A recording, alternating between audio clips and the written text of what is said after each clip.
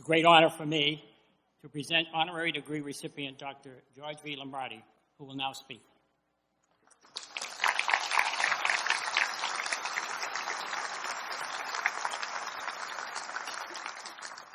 Good morning.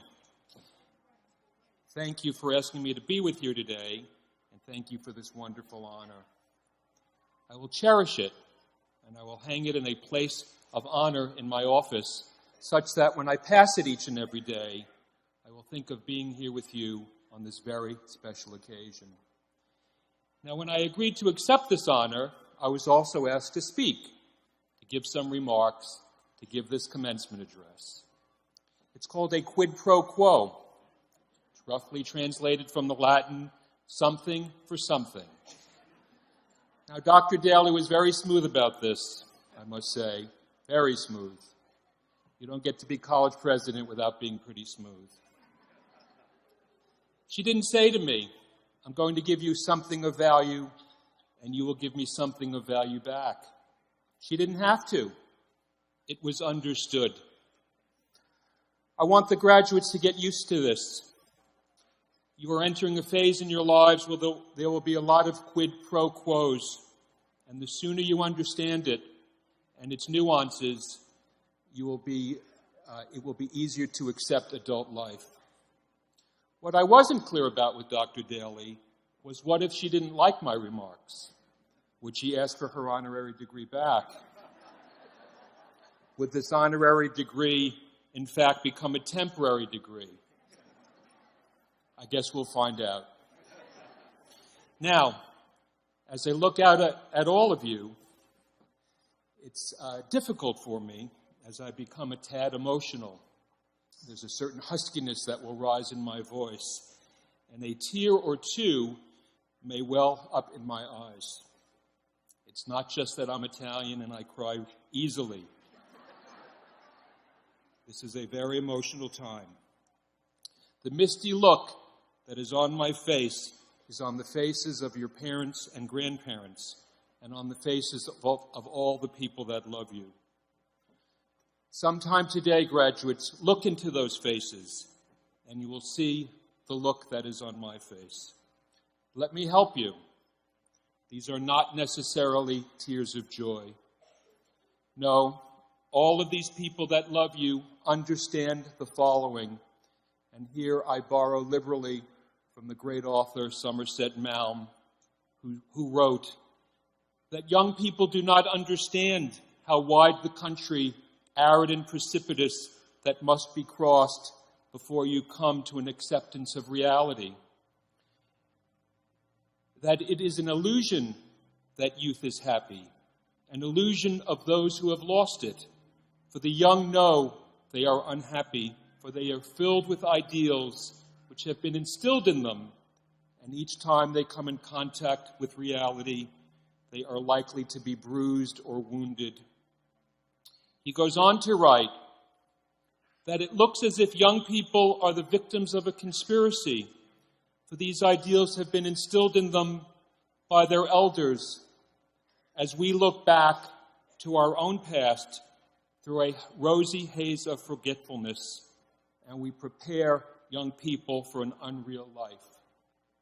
Wow, that's pretty heavy. Have we prepared you for an unreal life? I'm open to that possibility.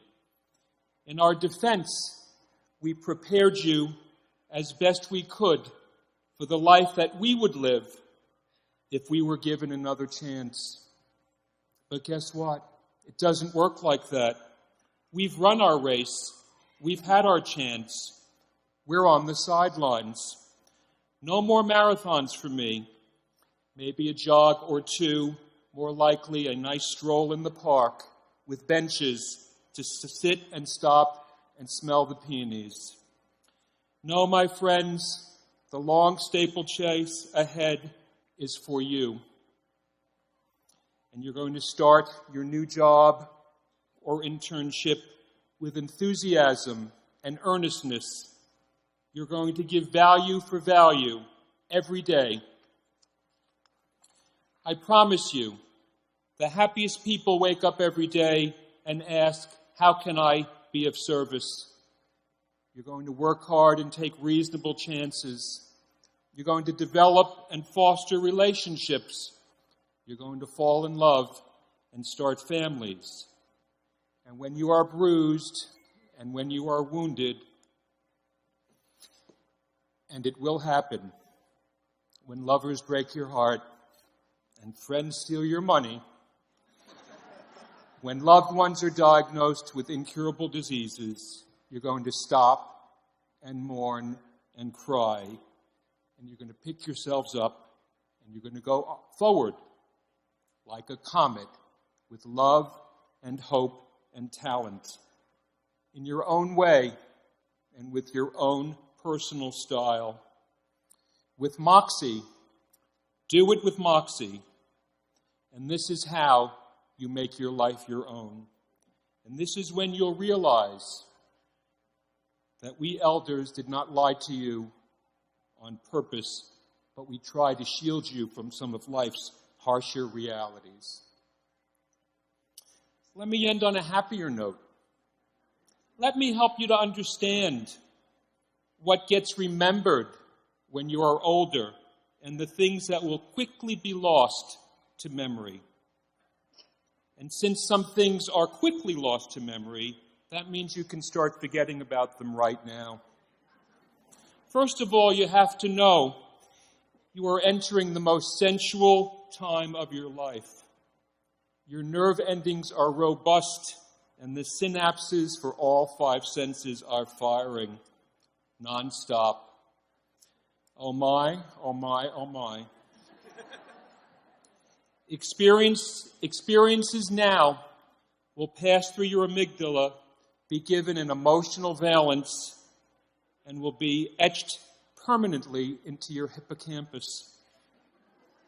For the rest of your days, if you get an opportunity, you will remember the following: the wildebeest migration on the Serengeti Plain, moonlight over the Seine River, the first time you look up at the Sistine Chapel and your jaw drops in awe and wonderment, peering over the rim into the Grand Canyon for the first time, seeing God's grandeur on this earth. And you will remember for the first time the pleasure of being respected for a job well done. The list will be long. The list will be personal. The list is yours to make and yours to keep. I was going to add to this list your first kiss, but then I realized I'm at a progressive liberal arts school, and I've met several of you, and you guys are way ahead of me. You have all this to look forward to. Some of it can be X-rated. What will be lost in the fog of memory? Your annoying roommate, your so-called friends who made you feel badly about yourself. They will be forgotten. That hairdo, what were you thinking? The D- you got on your term paper. Your student loans. Loans? What loans? I owe you money? See, that was easy. Oh, and you will forget my name. In fact, I'm giving you permission to place me into the fog of memory. Try to remember, though, some of the things I've told you. And though you will forget me, I will never forget you. And this special day, congratulations and good luck.